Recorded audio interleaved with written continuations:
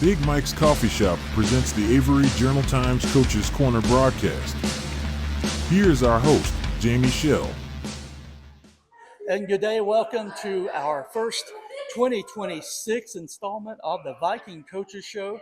Jamie Shell here with the Avery Journal-Times, here with head coach Ethan Farmer of the Avery Vikings, leading up to this week's matchup with the Hampton Bulldogs. We want to thank our sponsor who's come back online here with our 2026 season, Big Mike's Coffee Shop. As you can see, this is our setting here today.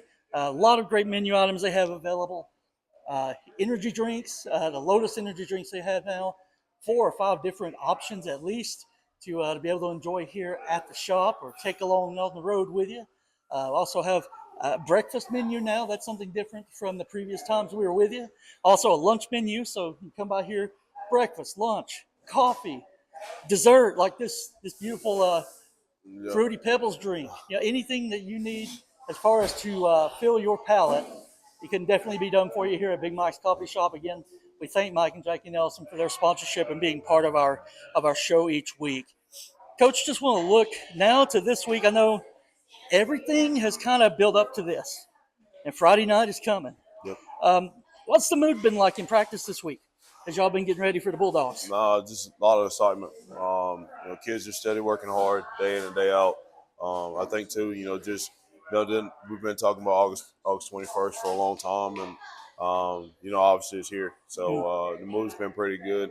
I like how we're practicing right now, high tempo, a lot of energy at practice, a lot of listening, a lot of focus, a lot of discipline too. So those are the things that we kind of been looking forward to seeing so far. Obviously like today we've got to polish up some things and see where we are, and then keep the ball rolling. We're recording a day earlier than we normally do, so you have a couple of days still for practice before the matchup on Friday. Looking at Hampton, you played them last season to open the schedule on the road down at Happy Valley, and they came away with a pretty good size win, a 60-19. You had 2 of your touchdowns on kick returns, which was pretty unusual. That doesn't happen all the time. 3 of them total, because Hampton had one as well. How much? Of course, they finished at 9-2 last year, so by the time the season ended, you knew they were a solid team, a good ball club that you had to face off in the very first game. How much has that game from last year kind of shaped the way you've approached this week's game and even camp and getting ready to tune in for those guys? I mean, it's just we went to the drawing board. Just during the off season, went to the drawing board. Just been able to mainly just stay focused and take that extra step. We kind of dig back into our fundamentals. We dig back in a lot on defense a little bit, and dig back into on our offense, special teams as well. So all three phases to the ball game. You just got to be able to capitalize on that, and too, when you look back at to it, obviously with Hampton they had a successful record last season. For us, we were really young last year. I think the key thing is to it now. We've got younger guys that obviously stepped up in bigger roles, and too, we've got our seniors back as well. So that's also too a huge plus for us, and too, our juniors.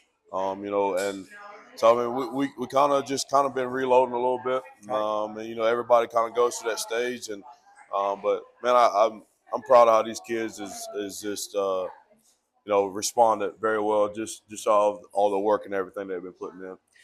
You mentioned a little bit about a reset, and kind of turning a page. This Hampton team, much like you guys, every team's different, every season's different, but this Hampton team, especially this season, has had several transfers come in. Folks who have come from other schools, other places. Their quarterback was at Elizabethton last season as a freshman. One of your former players, Logan Hughes, is one of their wide receivers now. They've had quite a few new players to mix in with. I know a veteran offensive line there at Hampton for Coach Lunsford. I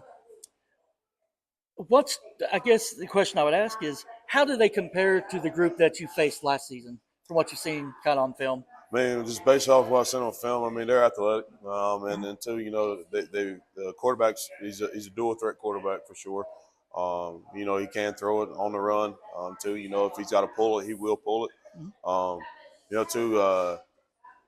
Receivers, Logan, obviously I had Logan my first year, 2022 on JV, and Logan started off at quarterback, and then, obviously he transferred and went other places. But right now, he's at receiver right now, so kind of looking forward to that as well. And two, they've got some other receivers there that kind of switch some different things up on us offensively. And two, defensively, they got guys that can definitely swarm around to the football. And I'm just looking forward to the matchups and just how differently they are from last season. It seemed like to me that they were fast, explosive off the ball, just real fundamental sound during the time frame. And Right.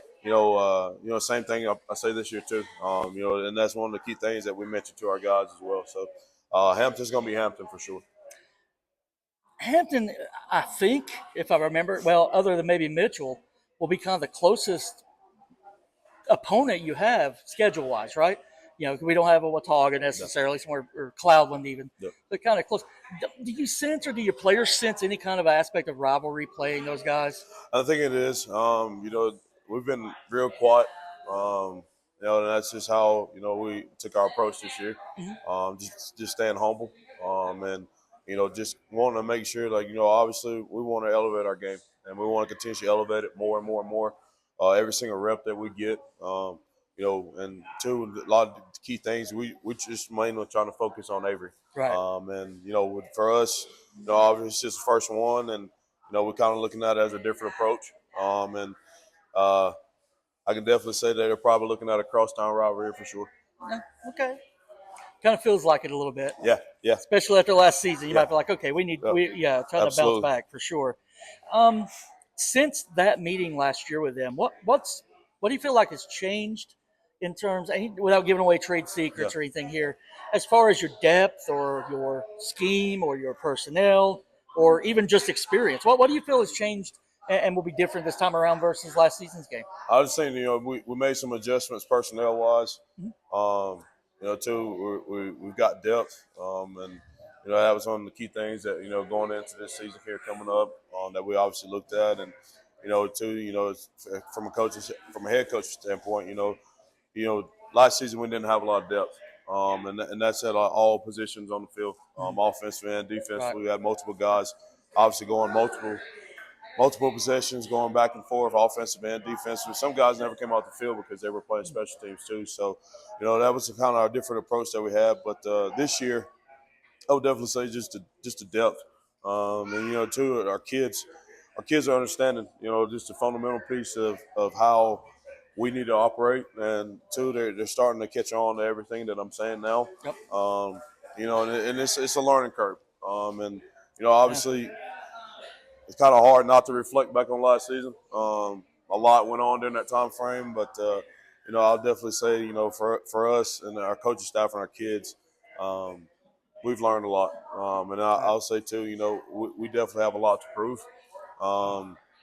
Too, and I'm not holding my head down whatsoever. And from a head coach standpoint, and just the biggest thing is energy, discipline.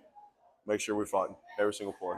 And so far, we get to find out on Friday for sure. And we know it's going to be a four-quarter battle too. Those boys are excited to get out there. I'm sure they're thrilled. They've had a couple of scrimmages now. Didn't have to hit just each other. They've been able to hit other players from other schools now, and getting back on the field. But you have been a player as well, player and a coach. What is the emotion like when you take the field on that first week, that first Friday night? What's the emotion like for you? And what's the emotion like for the team and the players? It's crazy because I'm getting cold chills now. Just on a Friday night, man, it's a lot different. You can, as a former player and as a coach now, it's just you get those chills. You kind of visualize it. You start to see, like on that Wednesday, kind of see how practice is going. Not thinking negative at all. You're really just visualizing how the possession will go, and how the game will go. Then that Thursday night, obviously, you get into that as well, because then you're obviously, as a player, you're watching your JVs play as well, and you're trying to support them. And then, that trickles down to the next day where you're in school on Friday, and then, you're kind of walking through the halls, and then it's one of those things where you can see it, you can feel it. You also too feel it in the community. And and then you still visualizing it, and then it's like all of a sudden, like right there before the games get ready to go, you still got the jitters. Man, that was just one of the biggest things that I've always had, and I think our players now, they're starting to catch that jitter bug. Gotcha. Right. Too, some people take naps before the game. I let them decide on what they do, Okay. but biggest thing is jitters. I would say jitters for sure, cold chills, and then once you run out, that's whenever you don't think about nothing else or nothing but what's in between the lines. So No big rah-rah speech necessarily before we no, go out. No. it's some of our kids, they definitely do a better job with the speeches and stuff. But for us, I hold everything in to where I'm able to get the kids ready to rock and roll for Friday nights, and they have their own talk, and then I come in and we talk after that. So yeah. Okay.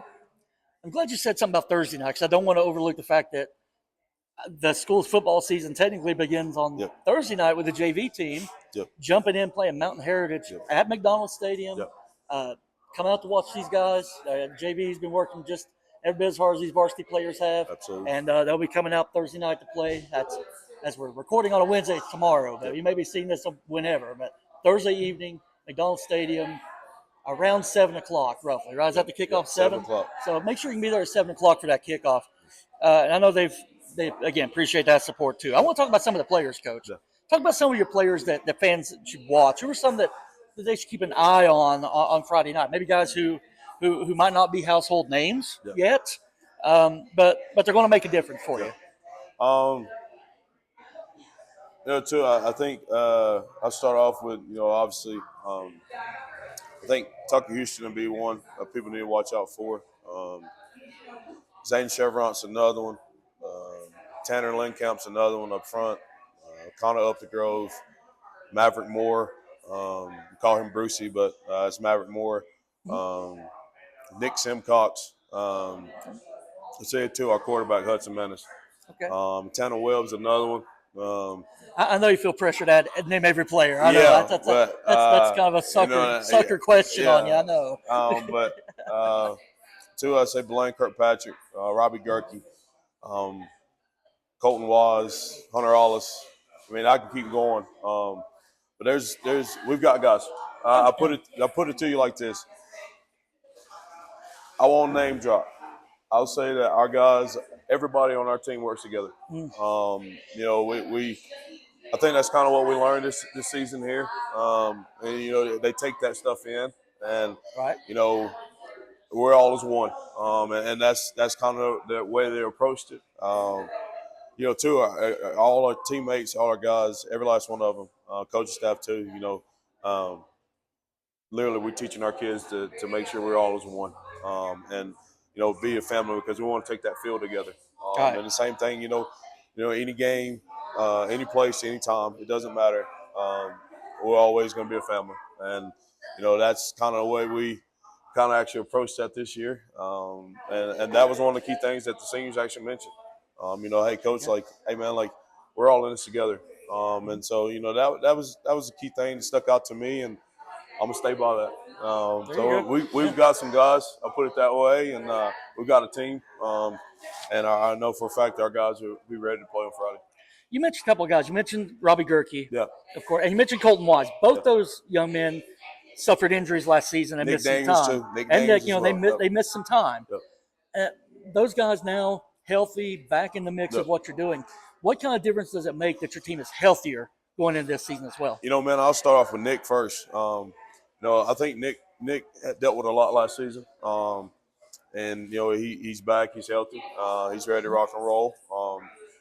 Too, just in the backfield and pretty much everywhere. He's an athlete. Too, Robbie Gerke, most people don't know, but Robbie Gerke was literally playing on a pretty much half broken leg and came back. But he wasn't at 110%. Gerke was probably sitting at about 80%. But his off-season training, working with Joe Hawkins, cannot forget about that man. Love him to death, and our kids do as well. But man, being able to get him back at 110% this off-season here is a huge thing. There's one more I forgot. Tenn Webb was another one. Nick Tannum and Gerke. I know for those guys, Tannum's been fighting a little bit, adversity as well. But he's worked extremely hard in the offseason as well, and he's ready to go. So obviously, like last week, he was down there with us, but he didn't go. But he's ready for this week. So Talk a little bit, if you would, about any injuries. I know Zach was going to maybe be slotted as kind of a tight end for you. I know he was injured, I think, during the wrestling season, I want to say. So I know his return is indeterminate as far as what he looks like. Any other guys you have that right now are banged up that we may not see Friday? Yeah, I mean, you won't see Zach Friday. Zach's probably going to be out definitely until we get that cleared. Roman DeSerta. Roman will be out this Friday. So we'll have those two out. Braden Bowden will be out this Friday as well. We'll have Braden back next week. Seth Queen's another one, another senior. Seth will be out this Friday as well. Should hopefully have him back very soon. And, our two twin brothers, Ryder and Hunter, they're actually up this week. So that's a plus for us. We're glad to have both of them guys back. Those guys have been working hard, especially with Joe, man, trying to get back in. And we're excited for those two as well. So a little more about the game Friday. For the casual person watching, and they wanted to ask you, what are 2 or 3 things that your team's going to have to do well this week to be able to compete and defeat Hampton? What are 2 or 3 things that you can kind of point to, even something kind of general? That's fine. Again, I'm not about giving away trade secrets, but just 2 or 3 things you feel like need to go well for you guys to have the puncher's chance and be able to be in this ball game Friday night. Play hard for 4 quarters. Okay. And the second one will be discipline. Those are 2 things that's definitely going to stick out. And that discipline piece, it trickles down to knowing your assignment, doing your assignment. If you mess up on your assignment, go at 110%. Making sure all special teams, we know where we are. We know in our assignments. Offensively, defensively, knowing our assignments there. Being able to tackle, wrap up. Being able to cause fumbles, interceptions, offensive line-wise, making sure that we are blocking till the whistle blows, making sure we're literally catching and tucking. I mean, there's a lot of different things that go in that discipline piece, and then playing for 4 quarters. That's like I told our team, and, I mean, everybody can know what I told them, but we can't come out and play 1 half. You got to play 4 quarters. Right. It has to start from the very first opening. If it's kickoff or if it's kick return, you've got to be ready to play right then and there. So that's one of the things that they're going to continuously hear me on, and I think that's helping out a lot right now. And like I said, those 2 things definitely for sure. Being able to play 4 quarters, not 1 half, and then play all 4 quarters. And if we got to go into overtime, we will. I found it odd. I went back, of course, having access doing the stats for the ball club, looking at last year's game. The teams combined for 20 penalties, and I don't think that's extremely unusual for a first game, right? No. I mean that's not unheard of. No. But how does that cleanup process work? As far as you're talking about limiting mistakes, going full bore. If you do miss the assignment, you're going a different direction. How do you work on that with the guys when they go? Because there were more than one game that happened where you had quite a few penalties. How do you kind of adjust that with this group? Well, at practice too, we call it out, and they know that, and that's one of our things that we consider as a loaf. That's just a team thing that we have.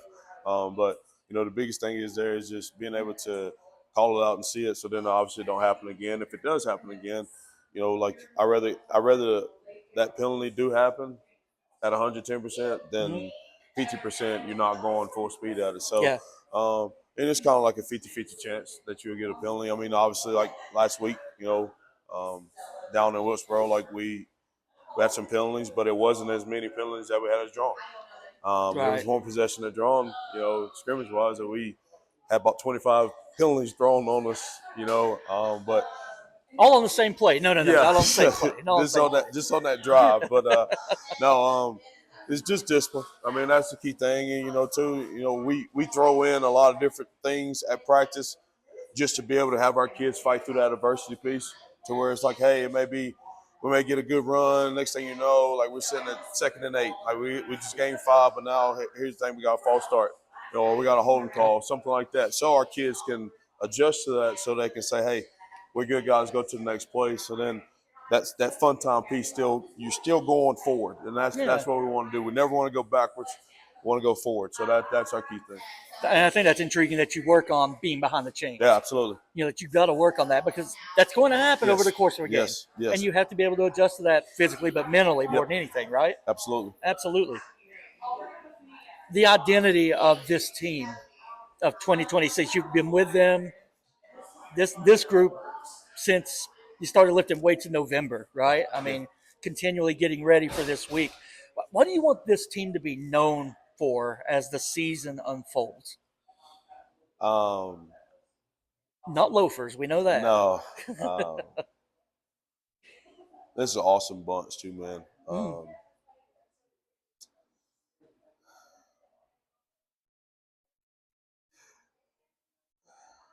I'll probably say, man, like just as much as we've been through, from JV to where we are now, I want to make this year remarkable. I want to make this seriously remarkable, to where this is the season that nobody never forget about. And for these guys, we've had ups and downs. We've had a lot of adversity, tragedies. These guys also too have been through COVID as well, and these guys has been through the hurricane. Man, even February 3rd, they know what that is. So these guys have been through a lot. So I want this year to be remarkable for them, and I want them to be able to feed off that energy. And this is that group. I know for sure. You can see it at practice. But we still, like I tell anybody, we still got a long way to go. But I definitely, for 2026, I want to be remarkable for sure. The season is 10 weeks, is that right? 10 games? 10 games. I'm so used to saying 11 games. Yep. I've done it for so many years, but these guys have 11 weeks, 10 games. Yeah, so you get the 10 games, especially the seniors, and we talk about how if a player is a standout and they're able to get a scholarship to play college football, that's fantastic. Yep. But the vast majority don't. This is their career, so to speak. Yep. How much of a burden is that as a coaching staff, not just yourself, but your whole staff, to, hey, we want to make sure, and these guys, we want them as prepared as possible to succeed. Yep. We want them to have the most fun they can have, and really not just get so wrapped up in the seriousness of winning and losing, but enjoying the journey. Absolutely. I mean, I think, for example, obviously Caleb Lonner. Caleb's obviously at TSU playing football, college football. Yeah. And he was one of mine, and he's obviously one of ours, which is obviously Avery County. Hearing him talk about practice, it was kind of like one of those things. It's like he'll call, "Hey, Coach Farmer, like, what's up, buddy? Hey, and you weren't lying about how practices is, man. It's fast." He's like, man, we hear it all the time. You practice fast, you play fast, and being able to take that next step is another key thing. It's the same thing whenever you're coming from rec coming to JV, and then JV to varsity. It's faster. Yeah. But two, getting down the fundamentals is key. And I think for our boys, I want any college to be able to walk in and say, hey, I like the way they do things there. I like how they do that. Hey, I like that kid right there. Hey, how many more kids of this can you have, or whatever the case is. And two, being able to just be a key contributor or key factor into that kid's life later down the road. And it doesn't matter where they go, because it doesn't have anything to do with winning or losing, but they definitely can understand and know for a fact, like, hey, that man right there taught me a lot. And that's one of the key things that I kind of reflect on a lot. And, any kid that I've coached here, or even when I was assistant coach, still to this day, You know, they're, hey man, Coach Fumble, you doing all right? Love you, man. Like, and it's one of those things, man, that I'll never forget, and I want to see that back here for sure. I haven't addressed the crowd yet. This is your home opener, Viking night. Yeah. A lot of things, of course, happen with every home game. But Yeah. what would you want to say if the community is looking at now? What would you like? What would you like to say to folks who see this or hear this as they come in and hopefully will pack the MAC come Friday night? What do you want them to know as far as getting ready to see this ball game Friday and following you guys this season? Energy. I can't thank you guys enough from the bottom of my heart. Thank you. Because obviously I wouldn't be here. But this has nothing to do with me now. This is about the Avery Vikings of 2026. It's for these kids. Make sure that you show up, you be loud. Make sure you're supporting heavy. And continuously bring the noise. We need to make sure we hear that because our kids are going to feed off that energy. Until, you know, win, lose, or draw. You know, at the end of the day, you know, we're always going to be a Viking, but the main goal is obviously on Friday night, we need you guys there, and let's pack that MAC out for sure. You can wear red, you can wear black, you can wear white, doesn't matter. Make sure that you're loud. You can bring cowbells, air horn, doesn't matter. We want to make sure that this is bringing back every football for sure, and we can't wait. And I know our kids are excited as well. Okay, I've got to say one thing of clarification. If you bring air horns and cowbells, you might need to sneak those in because I think they count as noise devices. Yeah. But, you know, if you can get away with bringing those in and making some noise, how many high schools do it all the time? So, exactly. So I don't think there's going to be a crowd police there. But we want you to make noise though, for sure. Yeah. So that's a fact for sure. And, you know, I would put our new AD on the spot and say he's going to, you know, pay $100 every person who shows up. Yeah. But I won't put him in that kind of lurch. Sam Phillips, I know he's been staying really busy. I know that's been a transition for you guys as well to a new athletic director too. Especially with now, I mean, weather and JVs and it's JVs are here tomorrow, so that'd be fun. That'll be a great night. Looking forward to that one. I know our other team's already in action. I know, gosh, the golf team, ladies golf. Yep. They have they won a tournament last week. They had a 2-day tournament, the High Country Invitational. Beat Watauga, Ash, Mitchell, Mountain Heritage, our local rivals. Owen was in there too. So congratulations to Coach Mike Shook and his ladies as they seek to defend their state championship at the 1A, 2A level. Our soccer team, 1-1 at the moment, or 1-1. I'll get it right. Lost a tough 2-0 match here at West Wilkes, or against West Wilkes here at home, and then they had a 3-3 draw over at East Burke. So they'll be back in action coming up soon as well. And can't forget volleyball. I watched them just the other night and watched a home match.